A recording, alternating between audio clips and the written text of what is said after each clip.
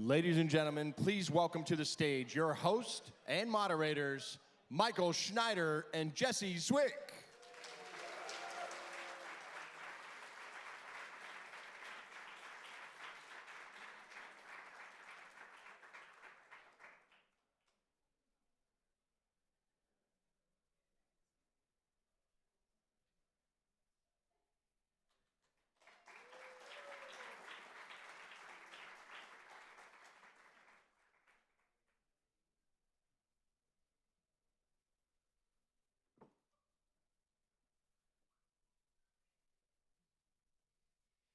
Good evening, everybody, and welcome to the first debate of this mayoral season.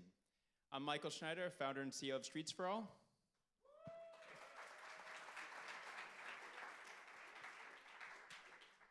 And I'm Jesse Zwick, Southern California Director of the Housing Action Coalition. Thank you all for being here tonight.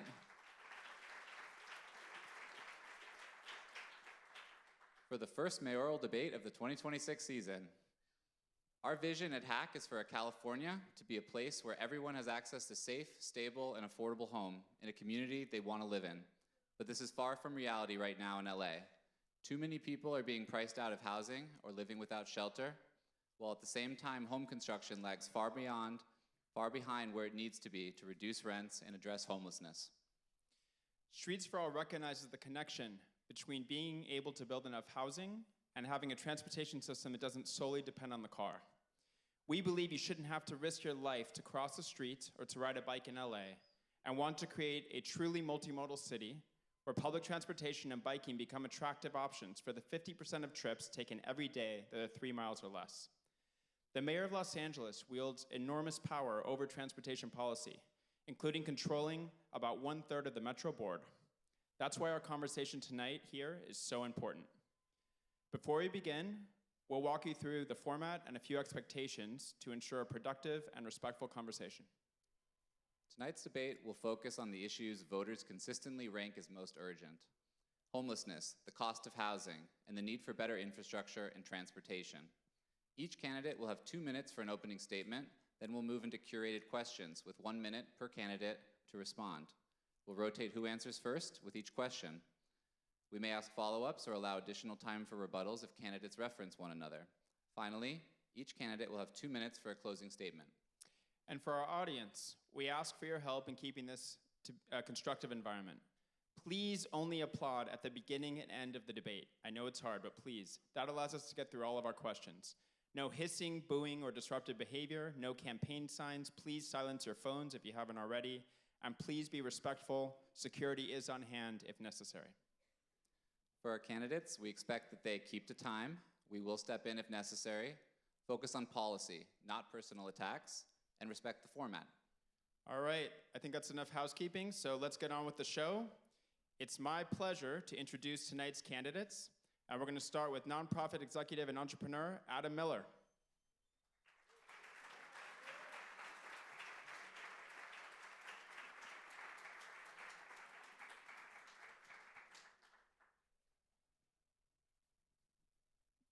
Next up, Los Angeles City Council member and urban planner, Nithya Raman.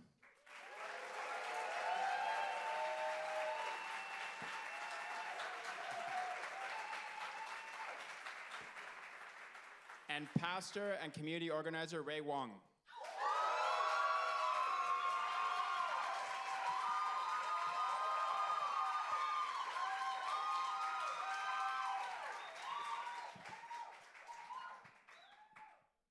Welcome. If you all are ready, we'll jump right into it. We'll begin with opening statements. Adam, you're first, followed by Nithya, and then Rae. All right, well, thank you for having me. Thank you to Streets for All and the Housing Action Coalition for inviting me tonight. I want to start by just saying I love LA. I've always loved this city. I came here 35 years ago because it's the most incredible city on earth. And I built multiple businesses here. I've led multiple nonprofits here. I raised my family here. And I've coached multiple youth soccer teams here, 21 to be exact. I love this city, but this city has been on the decline. The city is broken. It's broken physically. We have broken streets, broken sidewalks. We have homeless encampments everywhere, trash everywhere. And it's broken figuratively. People don't feel safe in their homes anymore. People don't feel like there's economic opportunity anymore. The city has become unaffordable. It's become a hard place to live.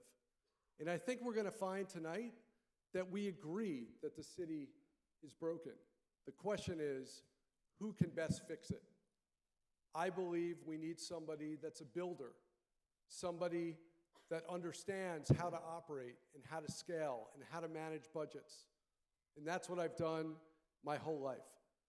I've built the largest education company in the world. I built the largest food allergy nonprofit in the world. I met 3 Marines with a great idea, and we turned it into the largest and most successful veteran service organization in the country. I built the most effective workforce development program for 18 to 24-year-olds in South and East LA. And I built Better Angels, which has been helping to address the homelessness epidemic that we have in this city. And it's that kind of result-driven work that positions me to be the next mayor.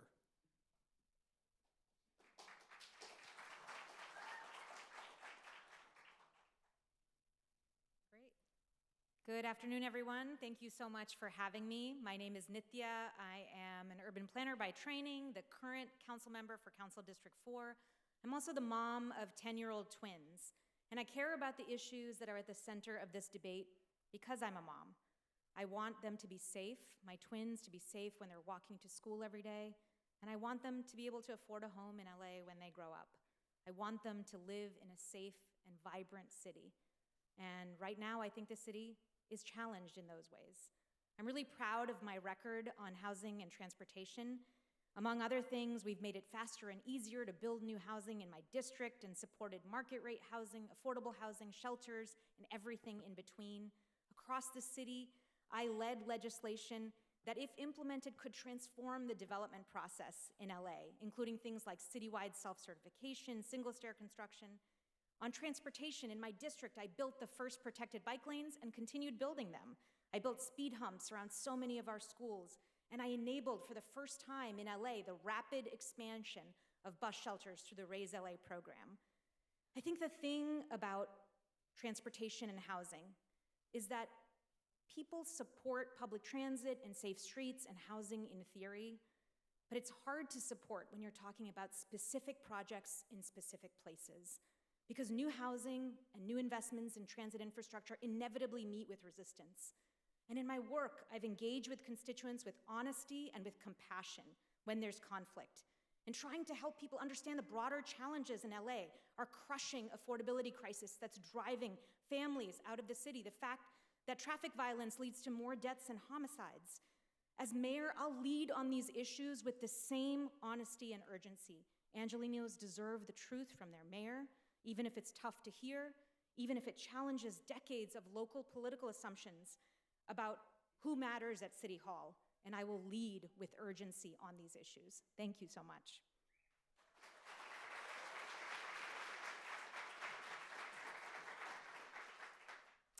Thank you so much, Michael and Jesse, for this opportunity. I am honored to be able to have this space with you all.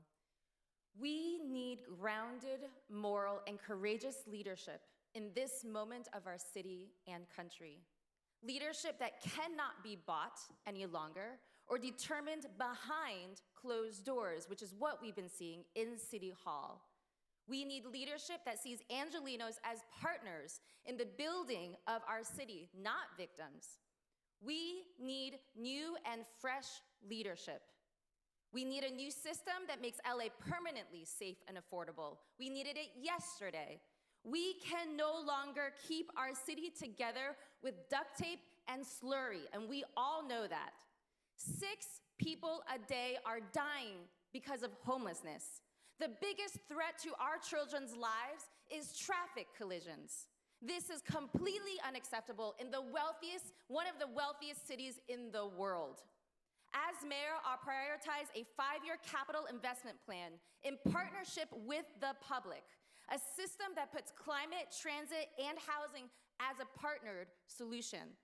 I will deliver a public bank that will support our funding this plan so that our investments return back to the public and not into the pockets of Wall Street. I will make Dash free and fast. I will work to expand Metro across the city and including the K Line North. Please join me tomorrow, by the way, at Mayor Bass's mansion at 6 p.m. to make sure she hears that. I will expand green social housing and public housing across LA. I am the only candidate who has successfully convened and organized hundreds of organizations to achieve real, lasting results, both in the city and county and also across the state. I've been in our streets, I've been in our neighborhoods, and I've been on the doorsteps of Los Angeles, organizing on the ground for over 10 years. I have been successfully leading coalitions, coordinating multi-year strategic plans, and passing legislation to solve our homelessness crisis. It is time for new leadership, and that's why I'm running. Thank you, thank you. Okay. Yeah, let's try to keep the applause down so we can get through questions. All right, we're gonna start off by talking about the elephant in the room, the fact that Mayor Bass declined to be here. This is the first debate of the season, and a recent poll showed the race is wide open. So the question is, if elected, how would you be present and show up for your city? And we're gonna start with you, Nithya, followed by Rae, and then Adam. Thank you. You know, I think that being present in your community means making sure that you are engaging with constituents even when there's conflict, especially on issues like housing and transit. These are issues that stir up big emotions, that have strongly opposing points of view, and that require deep engagement in order for us to deliver real results for the community. If I'm elected mayor, I won't hide in my mansion. I will come out and talk to communities, as we've done in our council office, as we've been getting wins around things like renters' rights, around housing production. We've done it in partnership with community groups, we've done it in partnership with neighborhoods, and we've done it in partnership with our entire district. And that's the kind of engagement that I would bring to my work as mayor. And to me, being an elected representative means confronting conflict with empathy and with love. Thank you. Rae? I have been showing up for LA, and I will continue to show up for LA. I promise to be meeting with organizations on a regular basis monthly because we need to know that what we are doing in our programs and in our departments are actually meeting the needs of Angelenos. They need to be able to be present and connect with me, and that is why I will make myself available. We need to ensure also, I am a community organizer. That's what I do. What that means is we create space to organize neighborhoods to connect with their leaders.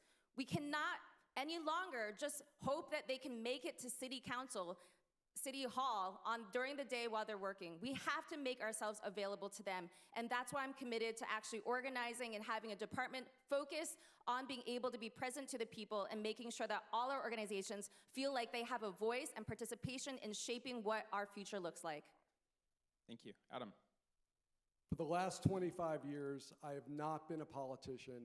I have not been an activist. I've been a leader, and I lead from the front. Every single organization I've run, I've been on the front lines. I've been on the streets. I've been in front, leading on crises, leading when tough decisions need to be made, leading when times are good and when times are bad. And that's what separates me from the other candidates. I have a long history of not just leadership, but leadership that drives real results that make people's lives better. Thank you. Jumping into the second question here, it's about our housing goals as a city. LA is among the most rent-burdened, overcrowded cities in the country, with the fewest homes per capita and the largest unsheltered homeless population. To meet our state-mandated housing goals, the city should be building roughly 60,000 homes a year, but we're only achieving on average around 15,000. Every year we underperform, the crisis grows deeper. Lay out your vision for how you'd fix this. What's the single boldest thing you'd commit to doing in office to jumpstart housing production in LA? Starting with Rae, then going to Adam, and then Nithya. I will be committing to making sure that we actually have a functional housing system, because we do not have that in City Hall right now. For example, LASA is basically a shell now, based on how the county has pulled out investments and pulled out revenue. What I plan on doing is having an office dedicated to ensuring that all of our processes are working together, called Housing for All.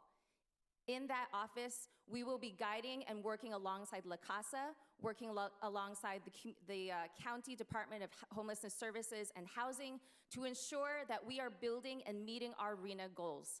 I will also be streamlining and making sure that we are updating outdated laws. I will be increasing in upzoning.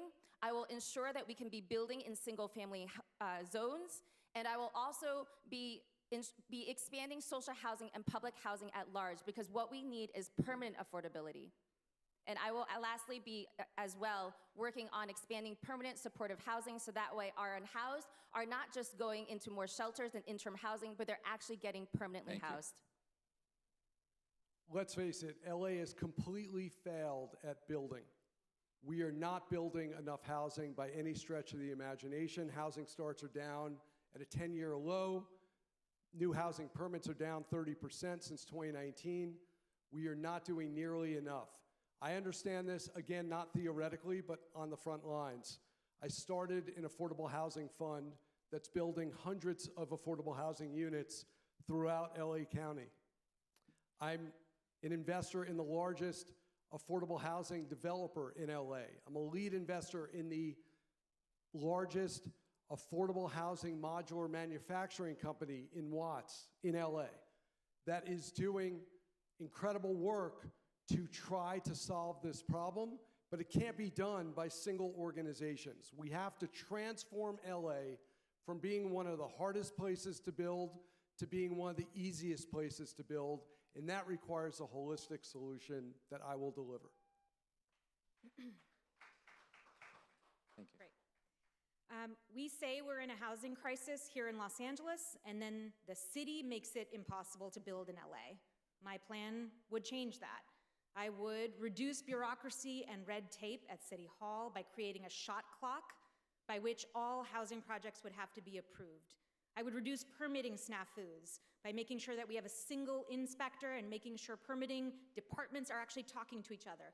I would reform decades of exclusionary zoning by fast-tracking our general plan update, which covers our entire city, and adding gentle density across the entire city, including in single-family neighborhoods near transit.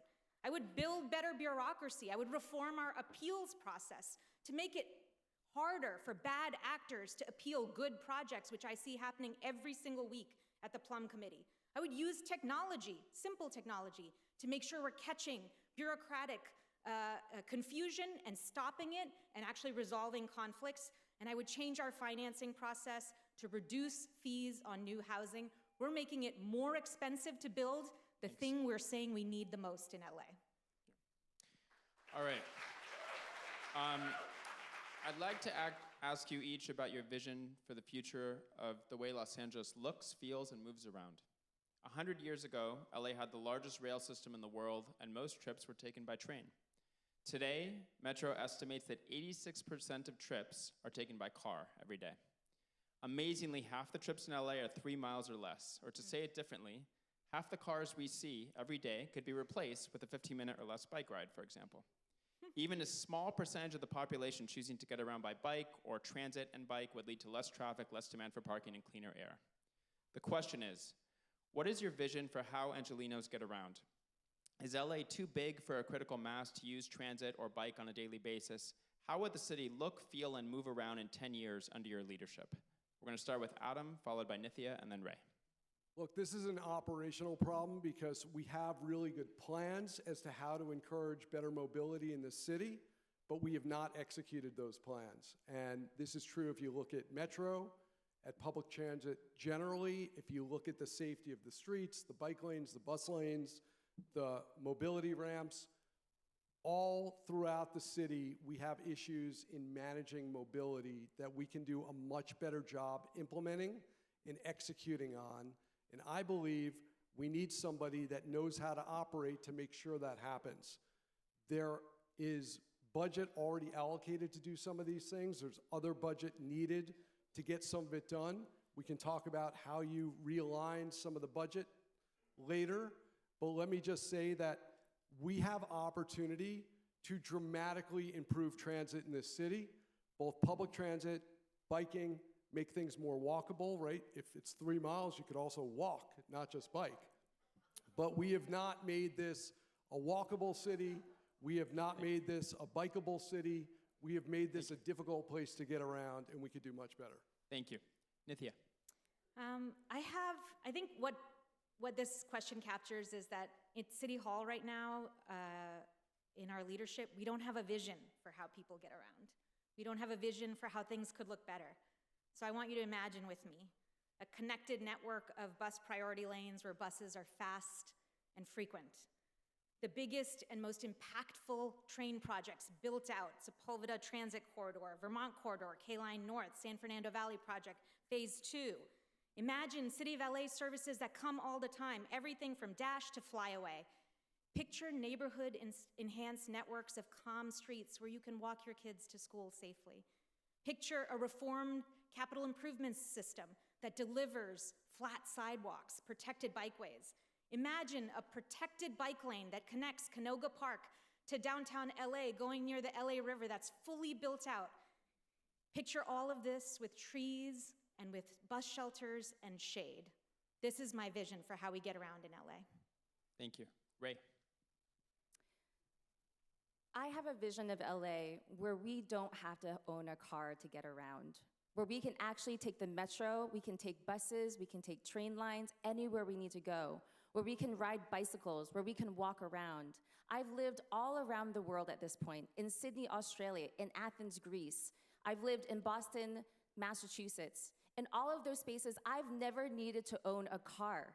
I got around because there was accessibility everywhere. We need to bring that here in Los Angeles. And the way that I'll do that is by getting us off of car dependency. That's fast and free buses. That's a transit-first infrastructure. That's making sure that our Metro board actually has transit riders on there, not people who are invested in being able to make sure their homes are bigger.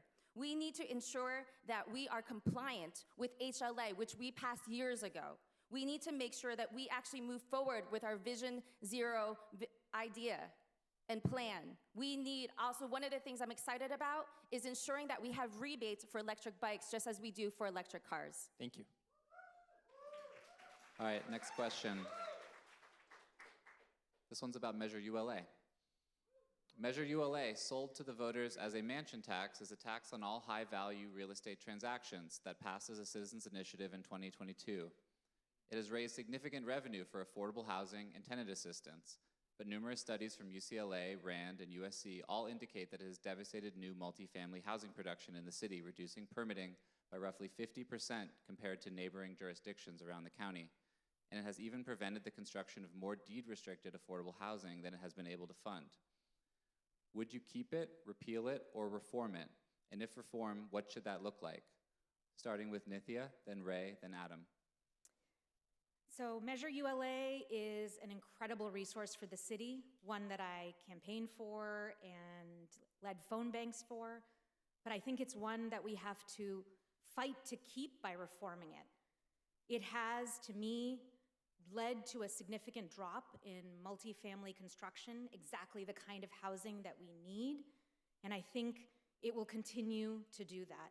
I also think that it endangers a lot of funding across the state. There are measures at the state level that are being put in place to actually eliminate all transfer taxes because of the damage that ULA is doing in Los Angeles. My reform is to keep the best of ULA because I know what it's doing for LA. It's giving us eviction defense dollars, it's giving us money for affordable housing that we didn't have before. And my reform, which exempts the first 15 years of new multifamily construction, would keep the majority of ULA dollars while still ensuring that we are able to build much needed new housing and to stave off threats from Sacramento that threaten to eliminate Thank you. ULA entirely. Thank you. This is where Nithya and I disagree greatly. Should not be giving tax breaks to developers. We should be increasing the number of housing and making sure that all of our revenue is going to building housing. Funding housing doesn't matter if we don't actually build housing.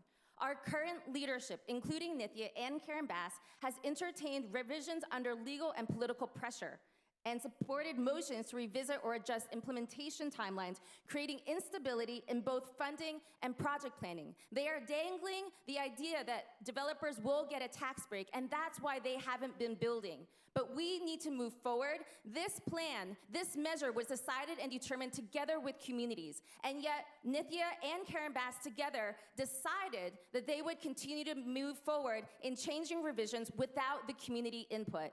This is not okay. I am not going to be that kind of mayor. I will be working with communities to ensure when we need to make amendments and revisions, we do it collectively, especially to ensure that the people are the ones who are going to make the change. Thank you. Adam.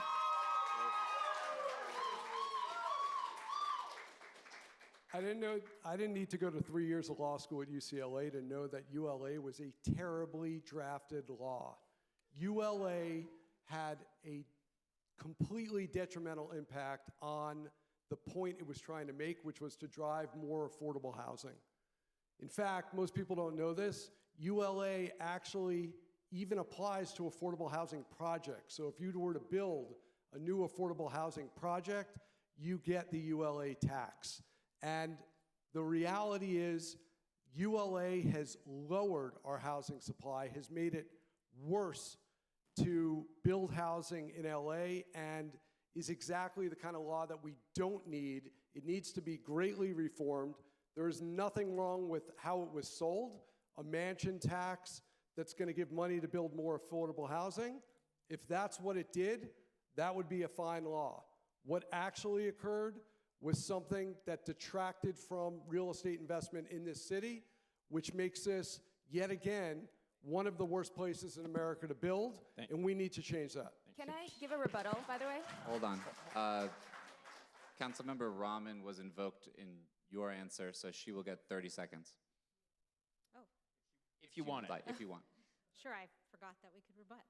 I do want to say that for reforms to measure ULA, my office and I worked very, very closely with both the proponents of ULA, with our labor partners, and with the broader Los Angeles community, both affordable housing developers and market rate developers, to come up with the proposals that would preserve the bulk of dollars, 90% of ULA dollars, while still allowing new housing, when we're in a housing shortage, to be built. We worked for months on this issue, and this is exactly the kind of community engagement that our office has always led on and will continue to do if I'm elected mayor. Thank you. Okay. Can I give a rebuttal? We're going to move on. We're going to move on. We want to talk about funding basic services. The city's budget has been decimated by slower tax revenues, raises given to city employees without a plan to pay for them, and ever-increasing lawsuit settlements. As a result, budget allocation to departments like LADWP, Streets LA, and the Bureau of Engineering have been cut to the bone. Today, if any of you report a broken sidewalk, it's going to take about 10 years to fix. A broken streetlight takes 1 to 2 years, a pothole could take a year, a speed hump could take multiple years. Given the city's fiscal condition, how would you find the money to improve basic city services, like keeping the streetlights on, filling potholes, and repaving streets? We're going to start with Rae, followed by Adam, and then Nithya. This is about safety first. We need to be prioritizing our infrastructure and our street safety. We know, and I stated earlier, that we have 300 people dying a day because of traffic collisions. We are paying liability after liability because we don't have safe streets. This is why we need to be funding and making sure that we have enough revenue for street safety. The way that I will do that is be able to look at our inflated police budget. They have way too much money, and we need to be ensuring that our money is going back to real safety in our communities. The second thing that I will do is I will be opening up an office of revenue and innovation. It was a department under Garcetti that was about finding other revenue that we need. At the end of the day, these need to be priorities for us. We need to fulfill our commitments to Vision Zero. We need to fulfill our commitments to HLA. That is why street safety, and I will be looking at every single dollar that we can find to ensure that this remains a priority in my administration. Thank you. Adam, please. As a public company CEO, I learned a lot about operational efficiency and fiscal responsibility, and the reality is that this city does not have fiscal discipline and does not leverage innovation or process improvement to have operational efficiency. There are places to save money everywhere in the city, including with the streets. We also have opportunities to be much more efficient in how we're operating. So if you take the streets, for example, we have roughly 7,500 miles of streets in the city. You can assume that the streets depreciate or deteriorate over 15 or so years. That means we should be fixing 500 miles of streets a year. This year, we're doing 60 lane miles of repair, which translates to about 20 of those 500 miles being resurfaced. We could do a much better job by allocating the funds needed to maintain the infrastructure in this city. Thanks. So that we have a safe place for everybody to live, work, and drive, and bike, and live. Thank you. Nithya. I think we have made some disastrous fiscal decisions here in City Hall that have led us to this moment where it takes a year to fix a street light, where it takes months to fix a pothole. The police contract, which Mayor Bass and council leadership knew would leave us hundreds of millions of dollars in the hole, that was the reason I voted against it, spoke up against it. Just a few months after our billion-dollar budget deficit, the city also approved a $6 billion plan to build a convention center. After we had a billion-dollar budget deficit, I spoke up against that as well, because all of these fiscal indiscretions are being taken from our city's essential services. In response, I would do fiscal decision-making in the context of a clear understanding of what our infrastructure needs are, with a capital improvement plan in place, and with a plan for real revenue generation. Building more housing is how we increase our tax base. Inviting more businesses in is how we increase our taxes. This is how we get to a joyful, ambitious vision for Los Angeles, not one where we're cutting the pie into smaller and smaller pieces. Thank you.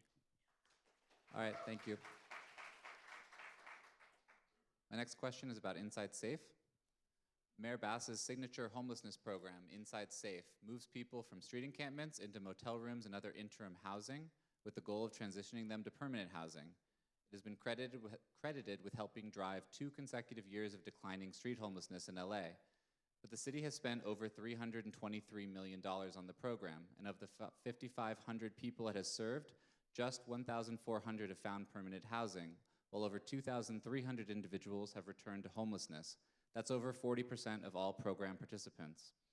Do you think Inside Safe is working? If not, what would you do differently? Starting with Adam, then Nithya and Rae. Look, it's absurd that we are treating reductions in homelessness as an accomplishment when we have 44,000 unhoused individuals in this city. We have an epidemic that needs to be addressed. I started Better Angels to attack this problem. We need to be allocating more money to prevention. We can do much more efficient service delivery. We need to build more housing. That's how we're going to get out of this epidemic. Inside Safe has been a failure. It doesn't work. It's too costly. We could much better allocate those funds to more efficiently deliver services, get people interim housing, and move people through the process to permanent housing. We also must be building much more housing. Better Angels has kept thousands of people on the brink of eviction housed. We have served over 12,000 individuals in just the last couple of years, and we're building hundreds of units of affordable housing. Nithya. Great. Inside Safe is a form of intervention called encampment resolution, where you go to an encampment, offer every single person shelter and services, and you can get people to move indoors safely and sustainably. It is an incredibly important intervention, but the way that it's being done through Inside Safe is way too expensive for us to keep doing here in this city. A single hotel room under Inside Safe costs an average of $80,000 a year. Some of the hotel rooms cost as much as $100,000 a year. It is too much money. I've been advocating for doing homelessness in a much more fiscally sustainable way, responding to this crisis with empathy, with compassion, with shelter, with services, but doing it at a third of the cost by offering people time-limited subsidies and other forms of intervention that actually have better outcomes than hotel and motel programs. The work that I've done in City Hall to create data about all of this is helping us shape a better, more effective, compassionate system that works to reduce homelessness. All right, on to Measure HLA. Oh. Ray. I apologize, Ray. No worries.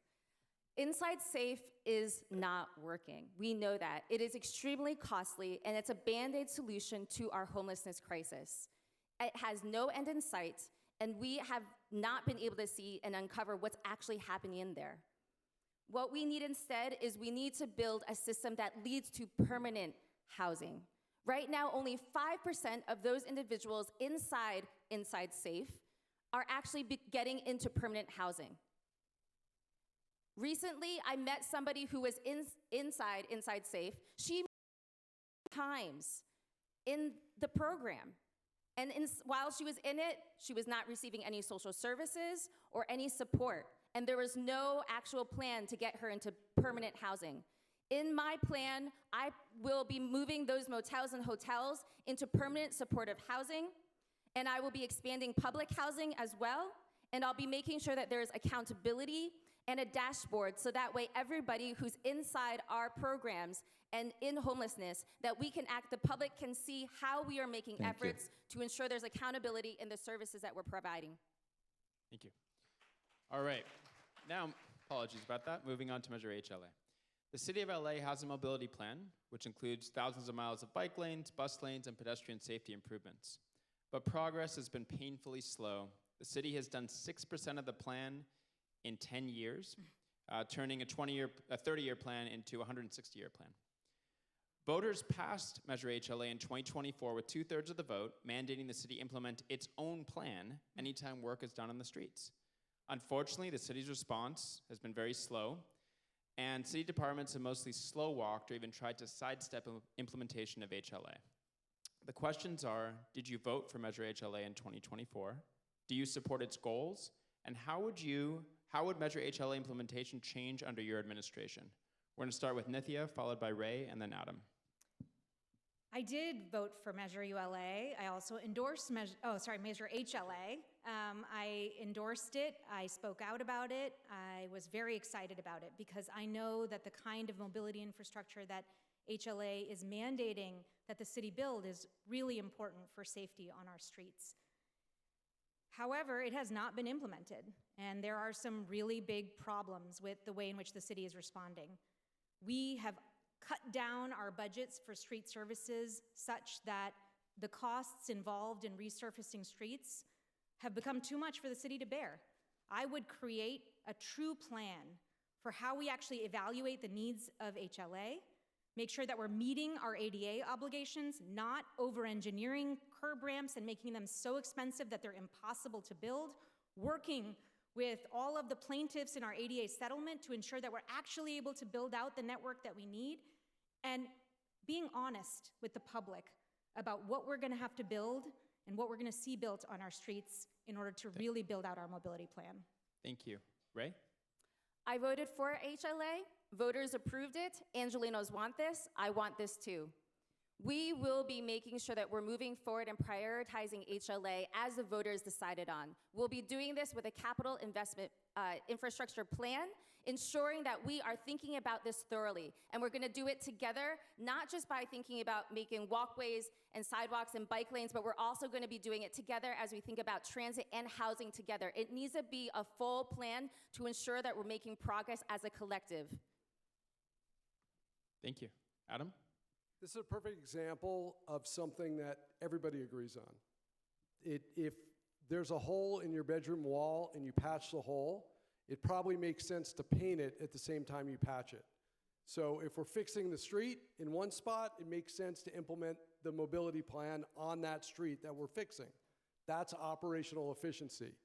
The question here is not, should we do that? The question is, who is best able to drive operational efficiency and management to get these things done?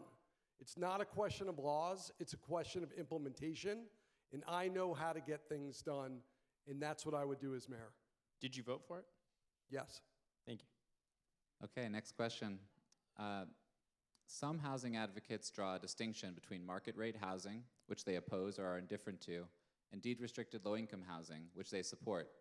But academic researchers have consistently found that new market rate housing, even luxury apartments, create chains of moves, where people who move into new buildings create vacancy in older buildings, driving down rents overall. Does LA need more housing of all kinds, including a lot more market rate housing, or do we just need more affordable housing? Rae, then Adam, and Nithya. We need housing everywhere, and we need it fast, and we need to be bold and courageous about it. What we need, however, is that while we are building, we need to ensure that we are also keeping tenants protected. Two things is that recently there was research, and I'll push back on you about this. In the New York Times, they posted research showing there was the universities looked at 5 different cities and saw that those cities, while they were able to build the supply of luxury rate housing, while rents went a little bit lower, it dipped some for those luxury rate apartments that people were renting, the rent actually for low income citizens went up 20%. It doesn't trickle down. Trickle down theory has not been working. We have to be honest with ourselves. What that means is that our revenue that our city is getting, we need to use that revenue to build our low-income housing. We need to ensure we have been getting closer to the RHNA goals for the higher income levels, but we have not been reaching the lower, which is why I'm dedicated to social housing while also encouraging ways for developers to continue to build their market rate. Adam.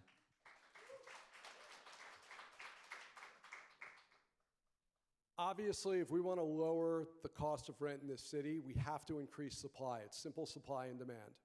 The reason rent is so expensive in this city and the city's become so unaffordable is because we have fixed demand and not enough supply. We have to increase that, and not 2 types of housing, but 3 types. We need more affordable housing, we need more workforce housing, and we need more market rate housing. All 3 things are true, and we need it everywhere in the city across all neighborhoods.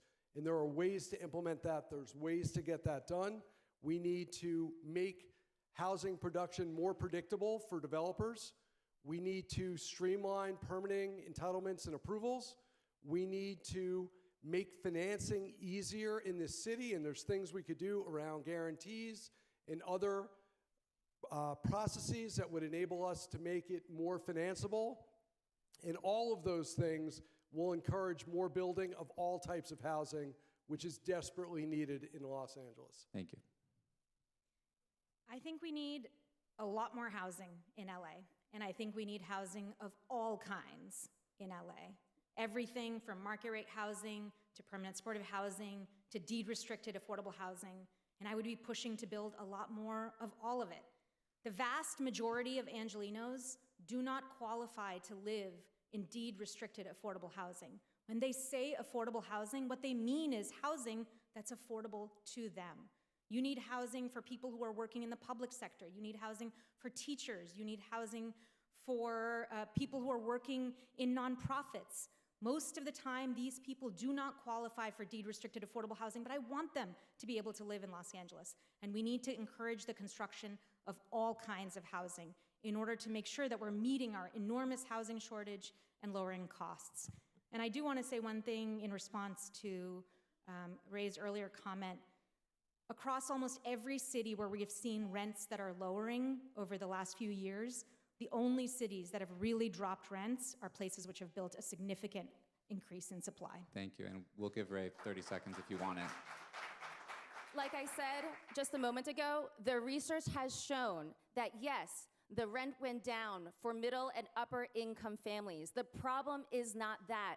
homelessness is increasing because people who are most at risk of homelessness, which is in our lower income families, they are the ones who are falling out of our housing system. Those are the ones we need to protect. Those are the ones we need to be increasing supply for. Thank you. All right. We're going to talk about Metro. LA Metro, our county transportation agency, has the most ambitious rail expansion program in the country and operates a $10 billion annual budget. The mayor of Los Angeles is highly influential on the Metro board, controlling roughly a third of the seats. Metro continues to spend billions of dollars on highway expansion, despite evidence that expanding highways just makes traffic worse. We learned that when we added another lane to solve traffic on the 405 15 years ago. At the same time, high-quality transit projects are being delayed due to lack of funding and NIMBYism, kind of what's going on with K-Line right now. Under your leadership, how would the City of LA's delegation on the Metro Board change? What would your priorities be, and how would you accelerate progress? We're going to start with Adam, followed by Nithya, and then Rae. We have a very ambitious plan. The plan makes sense. One of the things I hate the most is projects that are 80% done, because you spend all the money, but you get none of the benefit. And if you look at how we've done Metro, whether it's the K-Line or the People Mover or other aspects of public transit, we have not completed what we started, and we're not getting the value from what we're doing. So I agree 100%. We have to finish what we start and get these projects done so that we can get people moving in this city and get them off the highways, off the freeways, and into public transit and into much more of a livable city where you're not sitting in traffic for hours a day, irrespective of where you work and where you're going. We all know from COVID that most places in LA actually are 20 minutes away. It just doesn't take that long when it's times like this. Thank you. Nithya.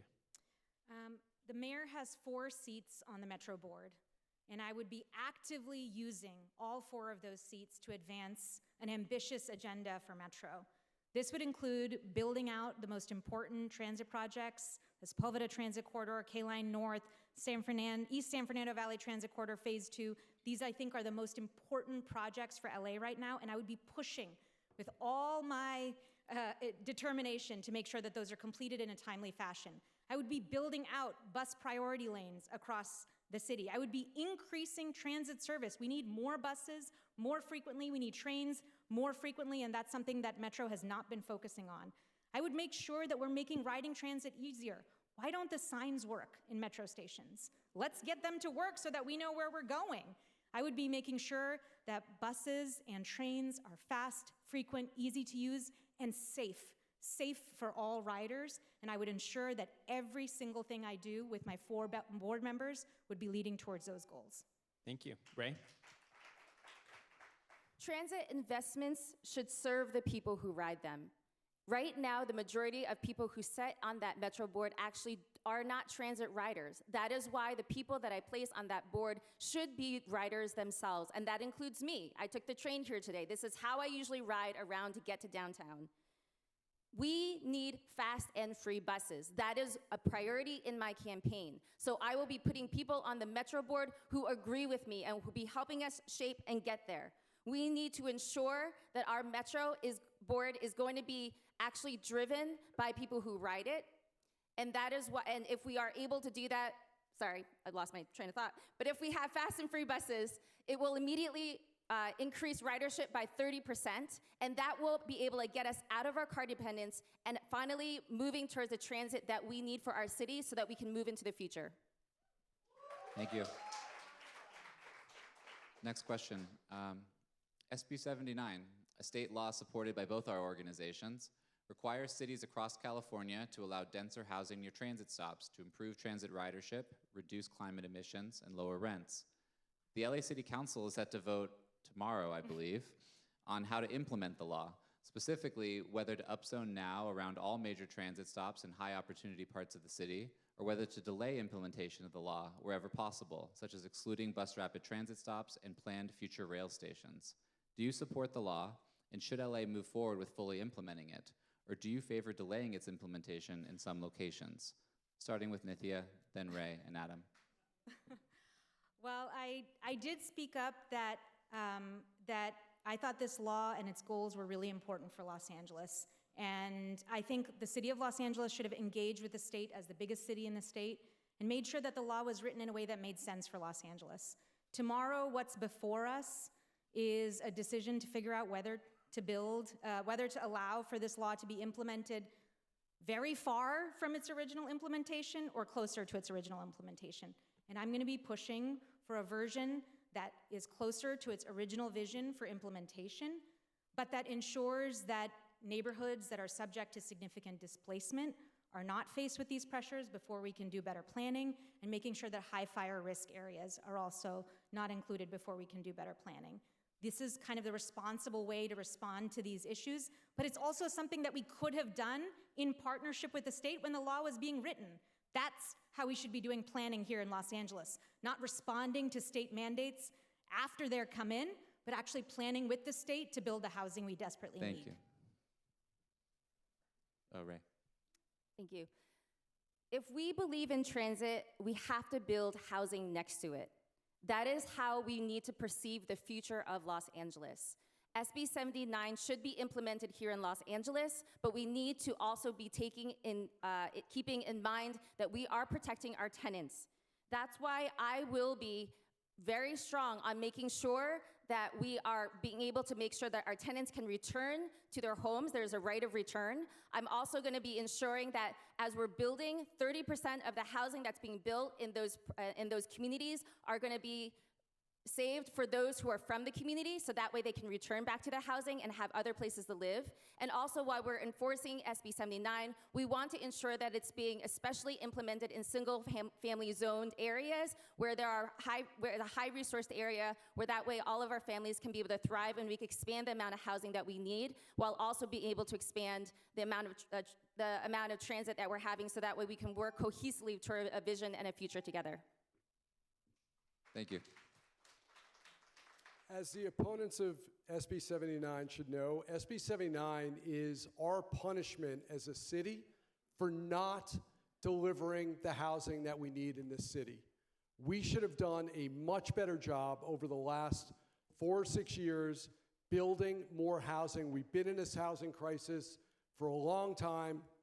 We know we need more supply. We need all types of housing, and we're not doing it, so the state is doing it for us. Of course, City Council, the mayor's office, everyone else would prefer to have local control over how we're implementing a housing plan. And of course, I would prefer us to have control over how we're implementing our own housing plan, but you have to actually have a housing plan, and you have to be able to deliver real housing. It does make sense to build housing by metro stops. It makes sense to build housing in all 99 neighborhoods that we have. But we also have to take into account where it makes the most sense, how to deliver it, and where to implement it, and what the design should be. And that should not be up to the state, it should be up to the city. Thank you. The pavement on our streets is quickly degrading. And this year, the city completely stopped repaving streets in order to save money. We have not done those 60 lane miles yet. We haven't done anything. But the longer we wait to repair our streets, the more expensive the problem becomes. Basic maintenance can cost between $20,000 and $200,000 per mile, but streets in really bad condition that need to be rebuilt can cost up to $2 million per mile to fix. The city right now is dangerously close to having a majority of its streets fall into the most expensive category per mile. As mayor, how would you find the money to prioritize our streets, and how would you stop the city from frequently being penny wise and pound foolish? We're going to start with Rae, followed by Adam, and then Nithya. This is where the capital investment plan is actually extremely important for us. We need to decide how we're going to actually move forward with the goals that we've already set, like HLA. And as we set those goals, we then need to identify how we're going to build the revenue for that. I believe that we need to tax the rich to be able to fund our city, full stop. We have so much wealth in our city. California is has the fourth largest GDP in the world, economy in the world, and LA makes up 1/3 of it. So we have the money here, but we haven't been seeing it. So we need to find ways like the CEO tax, which is actually going to be fixing sidewalks, If you're not familiar with the CEO tax, please go and sign a petition right now. It is going to tax those where they have workers making 50 times more than their bosses, where their bosses make 50 times more than their workers, be able to pay a tax. And that tax will be going to fixing sidewalks, to after-school programs, and to building housing, workforce housing, so that way we have enough housing for everybody. This is why we need to ensure that we have enough funding, and this is how we're going to be able to improve our streets as we need it. Thank you. Adam? Thank you. Thank you. Adam? We're not being penny wise at all. If you think about it, putting Band-Aids on these streets is just putting us closer and closer to the abyss of not being able to afford. We already have a deficit in this city. We're talking about a massive deficit. The same thing that's true with the streets is true with our emergency services. We have the same issue. We're not maintaining our equipment, we're not maintaining our infrastructure, and we're digging ourselves into a deeper and deeper hole that will be more expensive and more time consuming to dig out of. We have to get control of this now. We don't have another 4 years to wait to take control of our maintenance program, take control of the capital improvements that we need to make, and get this city back on track. And if we don't do it, we're going to end up in a very bad place, and that's why I'm running for mayor. Thank you. Nithya? I think that we've been making some very bad decisions here in Los Angeles about our infrastructure that have actually led us to greater costs in LA, that have diminished our ability to be able to build infrastructure. We are now paying out the same amount in liability costs for trip and fall settlements that we are in repairing our sidewalks annually. It is an absurd situation when you're cutting street services by millions of dollars and then paying out more to repair cars that are damaged by terrible streets. We are being, as you said, penny wise and pound foolish. We can repair this with a real plan on what our infrastructure is going to cost, making fiscally responsible decisions in City Hall that ensure that we're actually funding that infrastructure, and special taxes, temporary taxes that can actually fund infrastructure here in this city that may have to go to the ballot. I've championed exactly these kinds of efforts in the past for much needed infrastructure, and I'll do the same as mayor. Thank you. Next question. This is about home ownership. 5 decades ago, a home in LA cost about 2 times the median income. Today, it's more like 12 times, with the median home selling for more than $1 million.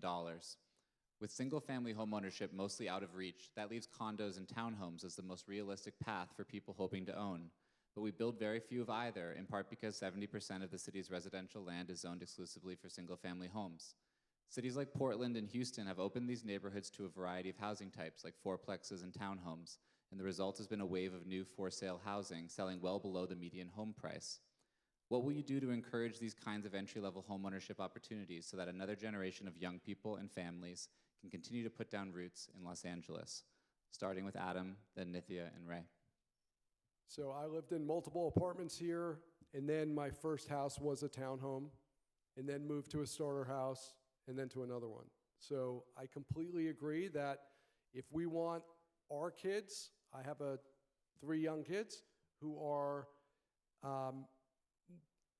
going off in their lives over time and will need to buy their own homes and make their own way. Rent is too expensive here. Homes are too expensive here. We don't have enough housing. So number one, you have to have more housing, but you also need more types of housing. So to your point, we need livable communities. We need places where people can walk to restaurants and cafes and boutiques. We need neighborhoods that have mixed income projects where you could have different levels of affordability in a single multifamily residential project. And we need more opportunity to build, to create affordability across the city. Nithya. I think we absolutely need to expand homeownership here in the city of Los Angeles. It has become a distant dream for too many, and the cost of housing, the cost of rent is way too high. And I think we can do this in a couple of different ways. One, we need to take apart exclusionary zoning practices that have prevented a variety of housing types from being built across the city, particularly near our transit centers, including things like duplexes, triplexes, and small apartment buildings. We can add gentle density to so many more neighborhoods and open up more of the kind of housing that's affordable to working people. Two, I think we need to build a lot more condos here, but for that, we'll have to go up to Sacramento and argue for changes in condo liability laws that make it very hard for them to be built here. I would champion that, change that, and make sure that these are built. Finally, we could also split lots and sell them separately, something that a state law enables us to do, but our city hasn't signed on to, even though I put forward legislation to do that. All of this would open up home ownership in ways that we haven't seen before. Thank you. Rae. Housing is too expensive. I myself, during a certain period of my time, struggled on whether or not I would be able to make my mortgage to continue to live here in Los Angeles. We need to be able to cool our real estate market. The way that we can do that is expanding social housing. In Vienna, over 100 years ago, Vienna, right after World War I, had tons of homeless folks who were around. They didn't have places to live. Their real estate was too expensive, so people couldn't buy their homes. It was a very similar situation like this. But what they decided to do was to take a lot of that housing and put it into social housing. What is social housing? It's housing that is permanently off the speculative market, and it's community-owned or publicly owned. We need to do the same thing here. We need to expand public housing and social housing. One of the ways I'll do that is a home buyer initiated program, which allows for people who want to buy a home to be able to approach a community land trust, where the community land trust can buy the land, and then those individuals and families can buy the homes, and they can live there forever and pass it on to their children. Also, I will be passing a TOPA, Tenant Opportunity Purchase Act, which allows tenants to be able to go in and buy their homes as well together. Okay. We're going to move on to congestion pricing. Congestion pricing prices access to popular roads, reducing traffic, improving street safety, and raising dollars towards improving public transportation. For the first test in the country, it went live in New York City early last year, and early results have been really good. Inside the congestion zone in Manhattan, there have been 11% fewer crashes, less traffic, and no noticeable to positive impact on foot traffic to businesses. Meanwhile, New York is raising billions to improve its subway. Metro Los Angeles has been studying congestion pricing for nearly a decade, and one of the most promising corridors is the area surrounding downtown, given how connected it is to public transportation. What do you think of congestion pricing, and would you champion it to move forward at the Metro Board? We're going to start with Nithya, followed by Rae, and then Adam. I am very excited about the potential for congestion pricing, particularly seeing what it's done in New York.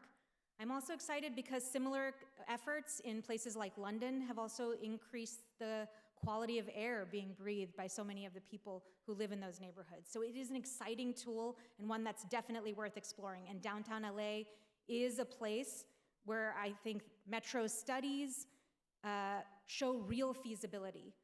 I think that that kind of implementation could be really exciting if the revenues are put right back into downtown LA, into making it into a much more vibrant place, making sure that transit access is significantly better there, into making sure that streets and plant life and walkability gets a lot more resources, and that businesses have support and residents have support to make sure that congestion pricing is actually making their experience of downtown better. And I think it could be an incredibly exciting opportunity while making sure that people who may have trouble paying those costs are actually able to pay them.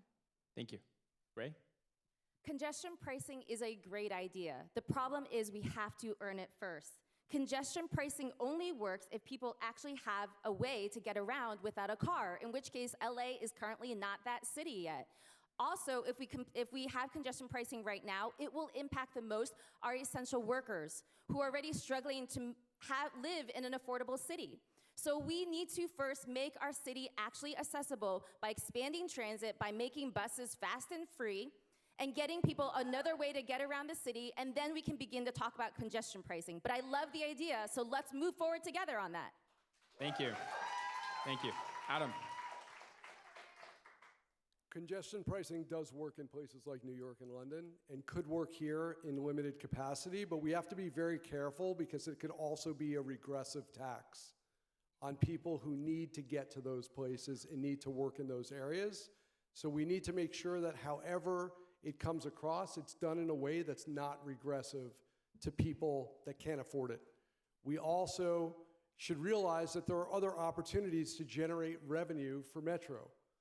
It doesn't have to be from ticket sales. We can lower the price of tickets and actually eliminate ticket prices for people that can't afford it. We already have a program that gives about 20 rides a month to people that can't generally afford it. We should increase that. 20 rides doesn't get you to and from work 5 days a week. So we have to make sure that we're solving that problem. But there's other opportunities to generate revenue, whether we're talking about ad-driven revenue or leveraging some of Metro land to generate revenue. There's a lot of opportunities to generate revenue and give that back to lower the cost of Metro and make the program more effective. Next question, thank you. This is a question about building codes. Cities across the United States are changing their building codes to bring down the cost of construction. One of the most popular reforms that's been adopted recently in Austin, Memphis, and even next door in Culver City allows multifamily buildings up to 6 stories tall to be served by a single staircase. These buildings cost less to build, create more livable, family-size apartments, and have a spotless safety record in cities and countries where they've been legal for decades, including Seattle and New York, as well as most of Europe and Asia. Firefighters have nonetheless raised the alarm about possible safety issues. Do you support modifying local building codes to encourage more affordable and livable apartments, despite objections from public safety unions? Starting with Rae, then Adam, and Nithya. We've legalized luxury towers, but not the 3 to 6 unit buildings family actually need. So we absolutely need to update all of these outdated laws. And a single staircase is a great idea for us to move forward. And in fact, City Council was considering it, but did not get it through in time because of state laws, before state laws were implemented. So it is something that I absolutely agree with, and I think we should move forward on. Thank you. Adam. Yeah, one of the ways to solve our housing crisis is that in certain neighborhoods that are predominantly single-family neighborhoods where people have a lot of opposition to more housing is to build in the perimeter of those neighborhoods 4+1 livable communities where you have 1 story of retail and 4 stories of housing above it. But for that to work, you have to change some of the permitting, including enabling single staircases. So I completely agree that this needs to be done. It's not sufficient. It's necessary but not sufficient. There's more we need to do to enable those kinds of projects to pencil out, become financially viable, and enable the private sector to build this kind of housing. We have seen that the public sector is incapable of building a scalable housing solution for the city, doing $800,000 plus affordable housing units that are taking 5 to 7 years to build. We have to get the private sector involved and get way more housing in this city. Nithya. Yeah, I mean, I think single stair is a transformative, common sense reform that can unlock a lot more housing in the city of Los Angeles. And I know this because I put forward the legislation in city council to actually make it happen. But it was blocked.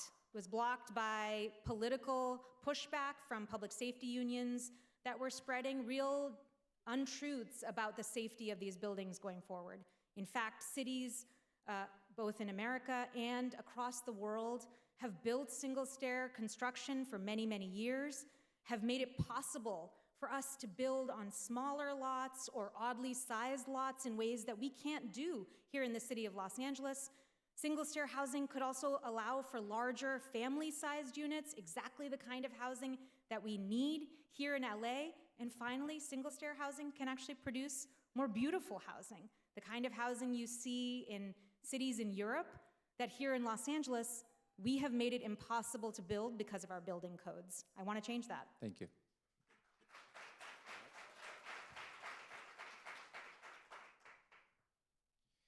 All right, we're going to switch to LAX. Los Angeles World Airports is a proprietary city department that operates autonomously. LAX is currently in the early stages of a project that will add over 4 miles of new roadway at the entrance of the airport, and according to their own environmental impact report, will make traffic and air pollution in Westchester worse. All of this is in the context of us spending over $3 billion on the People Mover, which has yet to open, and is 3 years late, connected to a new $1 billion airport train station. The question is, do you support the LAX roadway project as mayor? How would you manage LAWA differently, if at all? We're going to start with Adam, followed by Nithya and Rae. Obviously not. This is a perfect example of failure of leadership and lack of operational experience and excellence. We are on the People Mover project, $880 million over budget, 3 years delayed, and I've been told with good authority that actually that's just the amount that we've been billed. We owe over $1 billion that we're over budget, well over $1 billion over budget. And the same company was being hired to do the LAX highway transformation project. It is a terrible idea, especially right before 3 major events. We have the World Cup, the Super Bowl, and the Olympics coming up. We're talking about an enormous inflow of tourists into the city, dramatic use of the airport. These projects should have already been done and need to be prioritized and get finished before we even think about doing anything else. Thank you. Nithya? I think this LAX roadway project and the delays in the People Mover are emblematic of the disinterest from the leadership in City Hall in actually ensuring that LAX works for Angelenos. And it is outrageous. It's exactly the same disinterest that we pay to Metro, and it's exactly what we shouldn't be doing here in the city of Los Angeles. If I were to be mayor, I would have a very different approach. I would make sure that I would use our control over the Board of Airport Commissioners and our appointment authority over the head of LAWA to ensure that projects are done on time, that projects are completed in a way that makes sense for the mobility patterns of Los Angeles. And if they're not meeting those objectives, I would make changes in leadership across our city and especially at LAX and at LAWA. This disinterest has led to a situation where Angelenos aren't even going to be able to access the People Mover before the World Cup. I hope that we'll have it in place before LA welcomes the world for the Olympics. Rae? Nithya, you've been on city council for 6 years, though. Why have you not moved this forward? I mean, that is something that I do want to challenge you on. So, if you hate LAX traffic now, you will hate it more later. So we have to change this. When we talked earlier about congestion pricing, this is where congestion pricing could really work for LAX, actually, where we could actually be requiring people to have to pay to get through LAX, forcing folks to have to use transit to get in and out of the area, especially after we get the People Mover moving. And that is a way that we can actually finally get LAX to move forward. The other thing I do want to mention about LAX is it is one of the largest places that is increasing greenhouse emissions. So we need to bring our standards back up when we're talking about climate change and control. It is also one of the biggest areas by which we have workers that are helping fund and support the progress in the work in LAX. It's a huge economy use, and so we want to be able to support the workers as well at LAX. Nithya, you have 30 seconds if you want it. You know, I will say that I have taken an enormous amount of pride and in the work that I have been able to do at City Hall over the areas that I have real control over. As the chair of the Housing and Homelessness Committee, we've passed the largest expansion of tenant protections in 40 years. I've pushed to build bus shelters across the entire city, thanks to my office's legislation called Raise LA. I've made real impacts in my district and across the city in so much of what I have control over. Why I'm running for mayor right now is because so much of what's going wrong in Los Angeles requires the mayor to get involved, and I have the vision to make sure that we're building a city that really works. Thank you. Next question. This was referenced earlier. In the city of LA, when a neighbor or interest group appeals an approved project, they pay a fee of $229, or about 1% of the roughly $22,800 it actually costs the city to process that appeal. Taxpayers cover the other 99%. Meanwhile, a developer who appeals a denied project pays the full $22,800. Last year, the city administrative officer recommended ending this subsidy and requiring full cost recovery from all appellants. The city council rejected that proposal. As mayor, would you direct the city to end this taxpayer subsidy for NIMBYism? If not, why not? Nithya, then Rae, and Adam. Yeah, this is a tough one. Appeals are very, very expensive for the city to process, but neighbors who want to have a say in projects and the future of projects, also a lot of my council members feel like those neighbors deserve a say. And it's been really challenging in Los Angeles to push back against the idea that we should be stopping housing instead of moving it forward. I would change appeals costs such that neighbors, immediate neighbors, could continue to follow the existing code, but that bad faith actors, many of whom are suing projects, I see this over and over again in the Plum Committee, would have to pay the full cost. These are everything from a gymnastics studio in a building that's trying to get built and not pay rent, to vested interests that are trying to extract money from the project. And I think all of these bad faith actors should be asked to pay the full cost of these appeals. Thank you. Sorry, can you ask the question one more time? As mayor, would you direct the city to end this taxpayer subsidy for appeals? If not, why not? I would, I definitely think that I would definitely, sorry, let me think about it.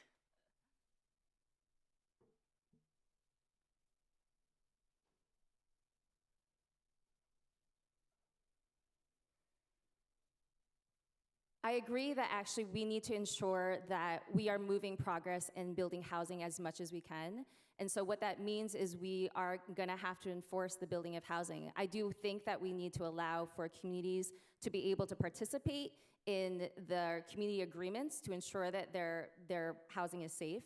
But I think ultimately we do want to be able to move housing forward as much as possible. Thank you. Adam. We have 99 unique neighborhoods in this city, and neighborhoods should have the ability to have a say in what happens in their neighborhood. So we need to continue to allow for some form of appeals process and for some form of communication between the neighborhoods and city council and the building projects that are being done.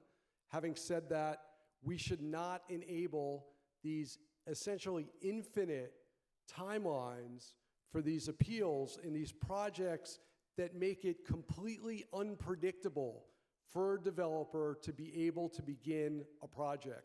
That lack of predictability is one of the major reasons that we don't have more real estate development in this city and we don't have more housing.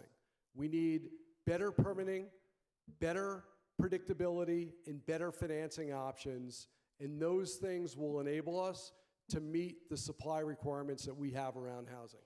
Thank you. We're going to move on to Vision Zero. In 2015, former Mayor Garcetti announced Vision Zero with the stated goal of having 0 traffic deaths by 2025, last year.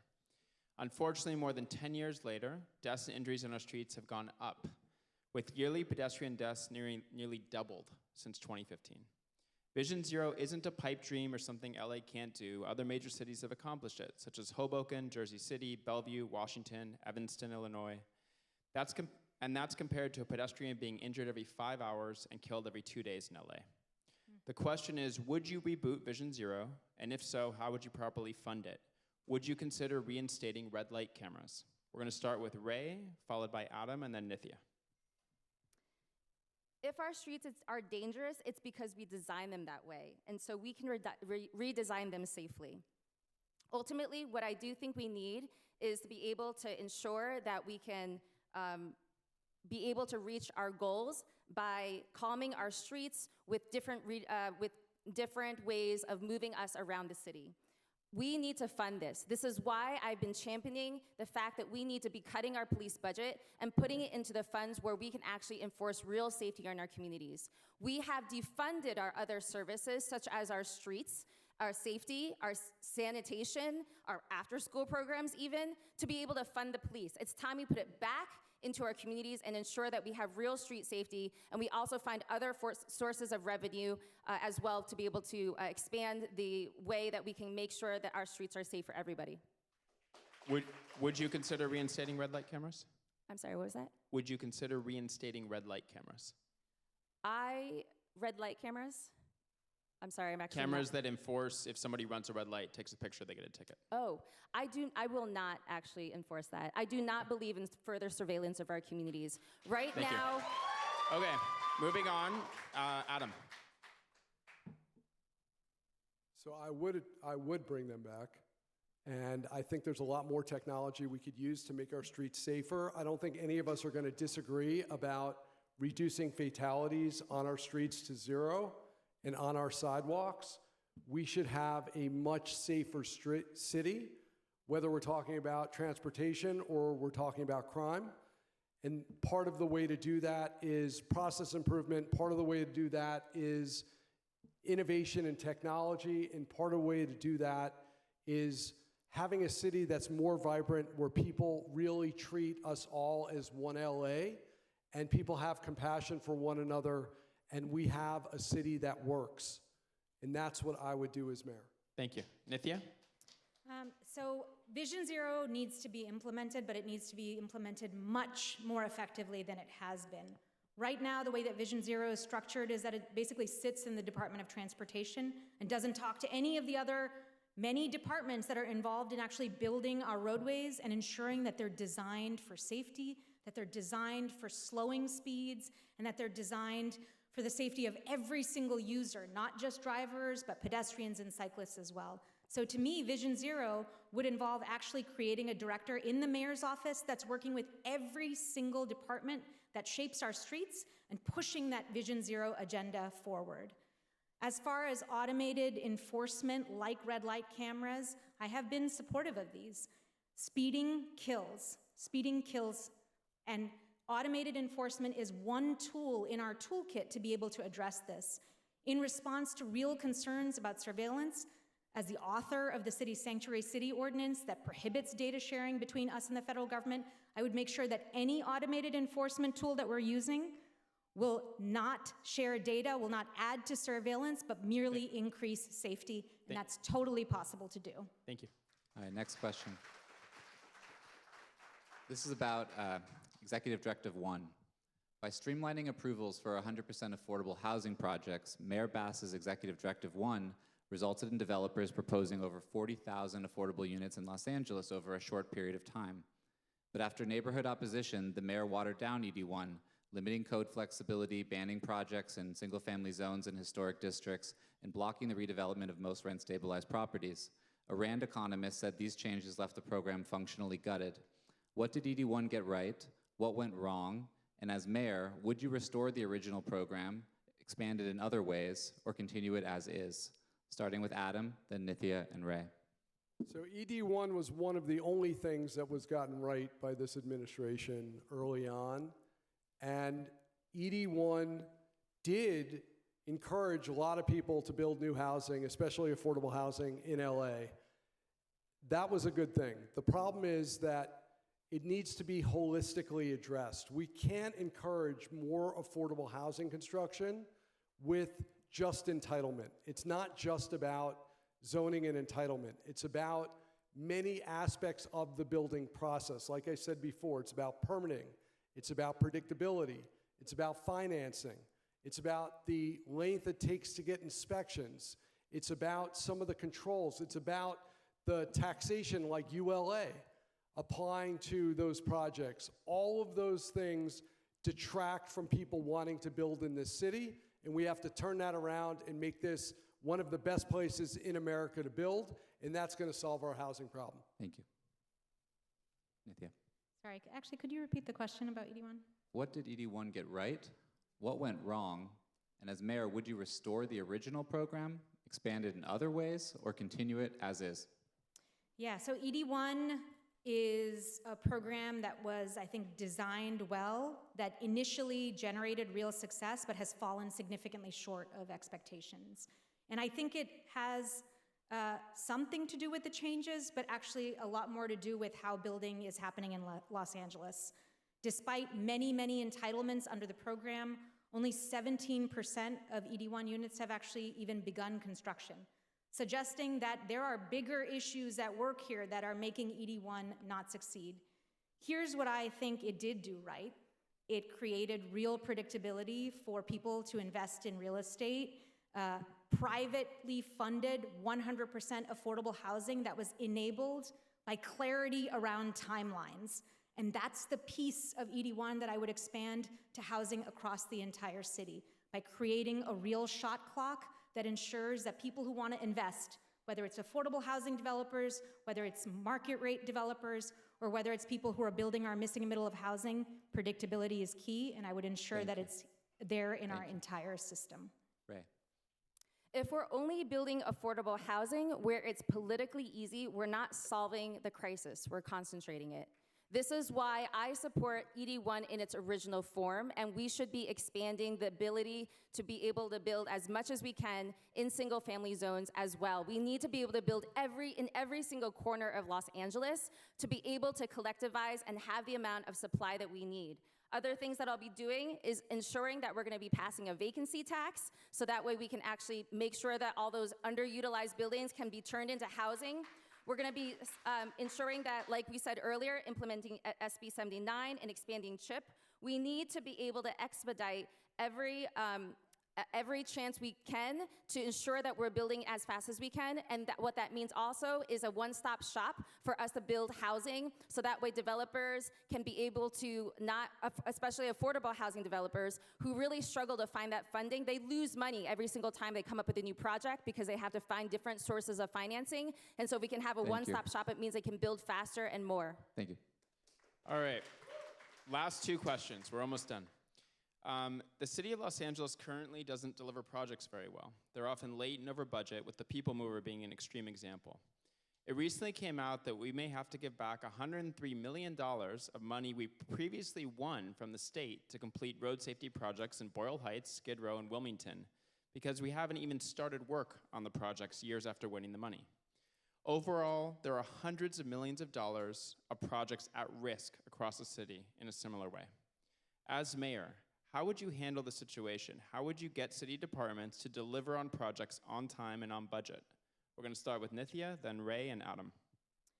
I think delivering on projects is absolutely crucial. Right now, we're at a time where people just don't trust the city at all. And I think making sure that we are building infrastructure in a timely fashion is absolutely essential to rebuilding trust in the city of Los Angeles itself and its capacity to deliver for residents. But in order to do that, we have to reform how we do project delivery. We don't have a capital infrastructure plan here in the city, which means that funding, multi-year funding for projects is not guaranteed. If our office doesn't advocate for multi-year funding, projects just get dropped. That's why you see so many projects that are 50% complete and then just never taken up again. We need personnel reform. We're winning grants from the state and federal government and not actually able to implement those projects and giving money back as a result. We need to hire in order to spend and in order to deliver projects. Thank you. Rae? We need to have a plan to be able to move our processes forward, and that's why I keep talking about a capital investment plan, infrastructure plan. This includes also being able to usher in an LA public bank, so that way we can ensure our investments are returning back to the communities. We also need to ensure that we're also having community benefits as part of the capital project, so we can ensure that as we're building, we're not going to be impacting our communities in a negative way, and they get to have a say in how we're moving forward. Thank you.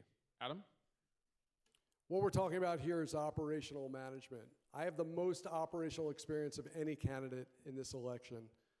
I know how to set goals, build the team, align that team against those goals, execute, hold people accountable, and deliver real results. And that's exactly what needs to happen, whether we're talking about the streets or homelessness or transit or housing.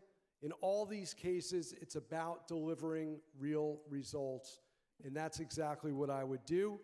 There are opportunities for us to better manage all of these programs. There are operational efficiencies to be gained across all of these projects, not just hitting the budgets that we started with, but actually doing them even more effectively and efficiently than originally envisioned, which then allows you to reallocate those funds for maintenance, for public safety, for homelessness, and for other issues that need to be addressed in the city. Thank you. Last question. Last question, LADWP.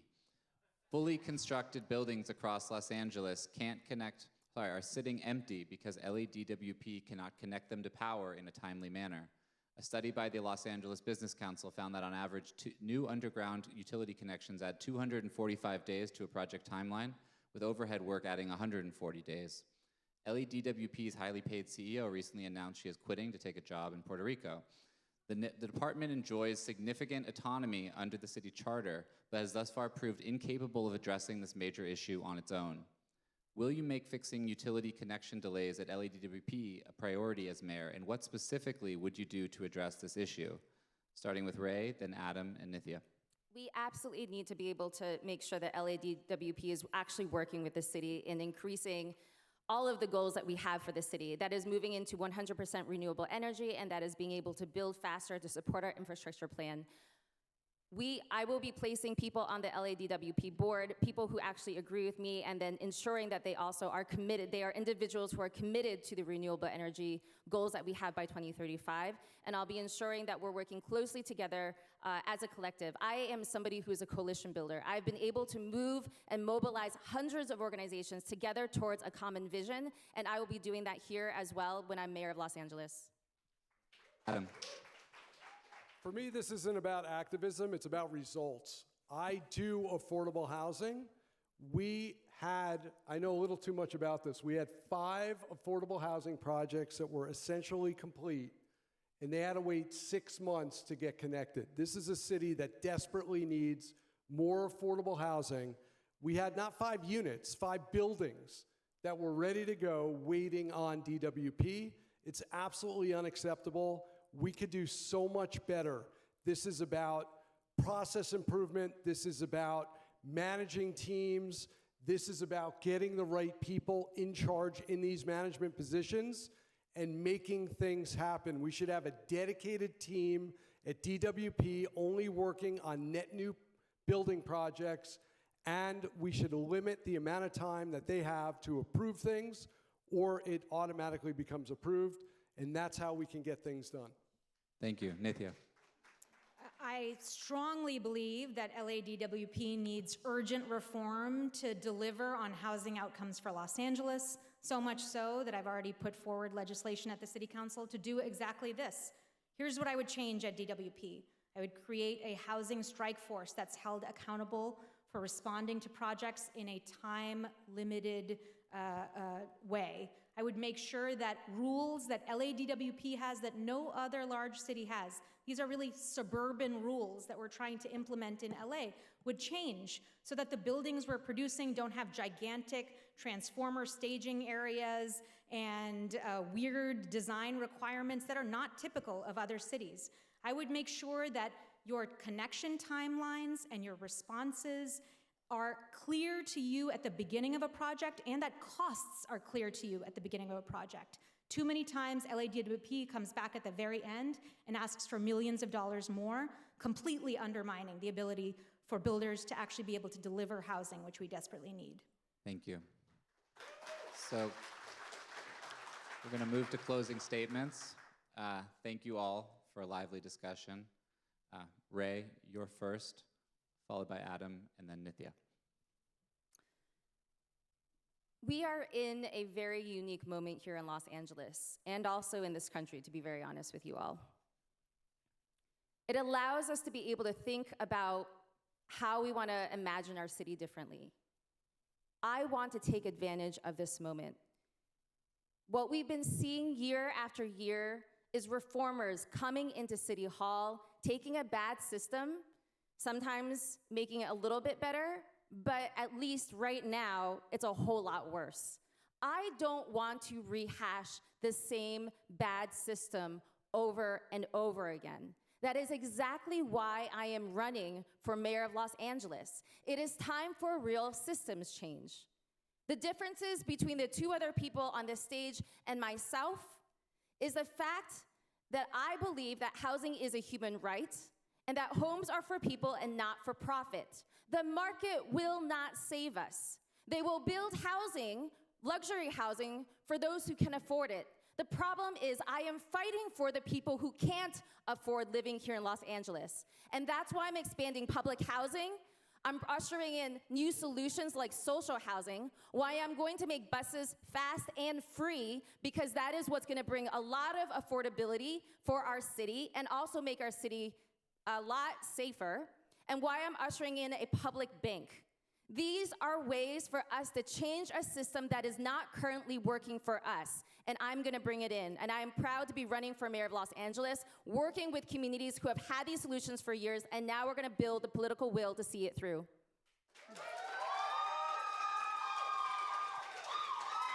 Hi, excuse me. All right, Adam. Brought a lot of friends here tonight. Nice job. Look, I'm going to finish where I started. I love this city. And you heard tonight that we all agree that the city is broken. The question is not, do we have problems? The question is, who's going to fix those problems? And the reality is that it's not enough to have good intentions. What we need is not intention. What we need is impact. I don't just talk about these things. I have done these things. I have brought more eviction prevention to this city. I've helped thousands of Angelenos stay housed. I have brought services to people living on the streets. I have brought economic opportunity to thousands of 18 to 24-year-olds in South and East LA, getting them apprenticeships and internships at some of the best companies in this city. And we're doing 500 more just this year. I have worked on healthcare. I have worked on education. I have worked to make this city a better place for everybody, and that's exactly what I would do as mayor. This city has a lot of problems. There are fiscal problems, there are operational problems, there are problems with transparency and accountability, and the overall culture of City Hall. It all can be improved, and I refuse to believe that this is as good as it gets, and that's why I'm running for mayor. Thank you. Nithya? Thank you all so much for being out here tonight, for sitting in this room, talking about two of the most important challenges facing Los Angeles: how we will house so many of the people here in this city who are struggling to pay their rent, who are struggling to find housing, and who are living on our city streets, and how we will ensure that the people of Los Angeles who are moving around this city have safe ways to get around, safe, affordable choices in how they get around this city. This moment is incredible because we have an opportunity to talk about these issues that actually in the past weren't involved in mayoral races. And it is exciting for me to see hundreds of people here tonight and an entire debate devoted exactly to that. But to have real progress right now, you need more than just values, you need more than just ideas, you need to be able to understand how City Hall works and to understand exactly what are the barriers that are standing in the way of common sense changes that can actually get us to real solutions for the affordability crisis and for the safety crisis on our streets. That's the experience that I bring to the table. That's the vision that I bring to this campaign for mayor. After years of being on city council, after starting off talking about how the city can work better for Angelenos, after delivering on so many of the outcomes that I talked about on the campaign trail, whether it's protecting renters, whether it's making sure that people could get around our district on a cycle more safely, all the ways in which our office has delivered has come from hard work and from a knowledge of how this city functions and how it needs to function differently in order to deliver for Angelenos.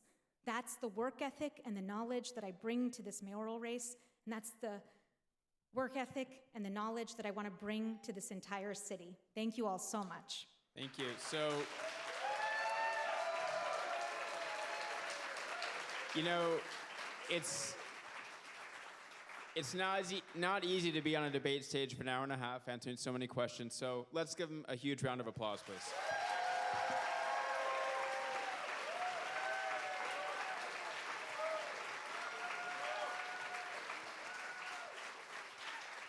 Thank you. I'm going to invite the candidates to exit the stage, and we wish you the very best of luck in your campaigns. Thank you.